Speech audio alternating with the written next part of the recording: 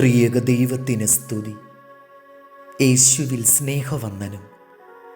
ദൈവവചനം നമ്മോട് പറയുന്നു, ഉപവസിക്കുക, പ്രാർത്ഥിക്കുക, വിശ്വാസത്തിൽ ജീവിക്കുക, നിങ്ങൾക്കൊന്നും അസാധ്യമാകയില്ല. വചനം പഠിക്കുമ്പോൾ പ്രാർത്ഥനയുടെ പ്രാധാന്യത്തെക്കുറിച്ച് ഏറ്റവും കൂടുതൽ വ്യക്തത തരുന്നത് യേശുക്രിസ്തുവാണ്. തൻ്റെ ശുശ്രൂഷകളിലൂടെയും പ്രസംഗങ്ങളിലൂടെയും. ഈ ലോകത്തിൽ പ്രാർത്ഥന ആവശ്യമില്ലാത്ത ഒരു വ്യക്തിയുണ്ടെങ്കിൽ അത് യേശുക്രിസ്തു മാത്രമാണ്. അവൻ ദൈവമാണ്, ദൈവപുത്രനാണ്. എന്നാൽ പ്രാർത്ഥനയുടെ പ്രാധാന്യത ഈ ഭൂമിയിൽ മനുഷ്യനെ പഠിപ്പിക്കുവാൻ വേഷത്തിൽ മനുഷ്യനായി ഈ ഭൂമിയിലേക്ക് വന്ന് നമുക്ക് സകലത്തിലും മാതൃകയായി തീർന്നവനാണ് യേശുക്രിസ്തു.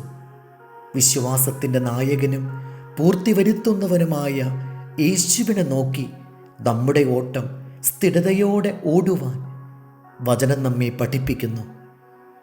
യേശുവിനെ നാം ശ്രദ്ധിച്ചാൽ തിരിച്ചറിയാൻ കഴിയുന്ന ഒരു സത്യമുണ്ട്. പിതാവാം ദൈവത്തോടുള്ള ബന്ധമാണ്, അല്ലെങ്കിൽ തൻ്റെ പ്രാർത്ഥനാ ജീവിതമാണ് യേശുവിനെ അനശ്വരനാക്കുന്നത്. ഇതൊക്കെ യേശു നമുക്ക് മാതൃകയായി ഈ ഭൂമിയിൽ കാഴ്ചവെച്ചതാണ്. പ്രാർത്ഥന ആവശ്യമില്ലാത്ത ക്രിസ്തു പ്രാർത്ഥിക്കാൻ പഠിപ്പിച്ചു, പ്രാർത്ഥിച്ച് കാണിച്ചു. യേശു കർത്താവിൻ്റെ പരസ്യ ശുശ്രൂഷ ആരംഭിച്ചത് പ്രാർത്ഥനയിലാണ്. അതികാലത്ത് ഇരുട്ടോടെ അവൻ എഴുന്നേറ്റ് പുറപ്പെട്ട് ഒരു നിർജ്ജന സ്ഥലത്തു ചെന്ന് പ്രാർത്ഥിച്ചു. അവൻ പ്രാർത്ഥിച്ചു കഴിഞ്ഞപ്പോൾ ശിഷ്യന്മാർ വന്നു പറഞ്ഞു, നിന്നെ പുരുഷാരം അന്വേഷിക്കുന്നു.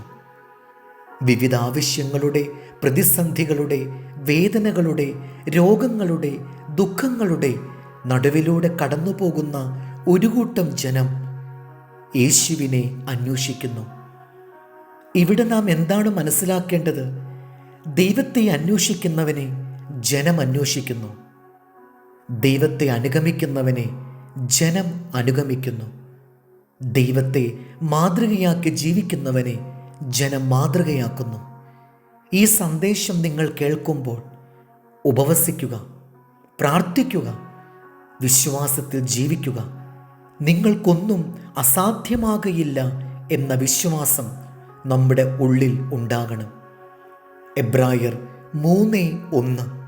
അതുകൊണ്ട് വിശുദ്ധ സഹോദരന്മാരെ, സ്വർഗീയ വിളിക്ക് ഓഹരിക്കാരായുള്ളവരെ, നാം സ്വീകരിച്ചു പറയുന്ന അപ്പോസ്തോലനും മഹാപുരോഹിതനുമായ യേശുവിനെ ശ്രദ്ധിച്ചു നോക്കുവിൻ. ദൈവം നമ്മെ അനുഗ്രഹിക്കട്ടെ. കർത്താവിൽ എളിയ ശുശ്രൂഷകൻ ഈരാളിലച്ചൻ.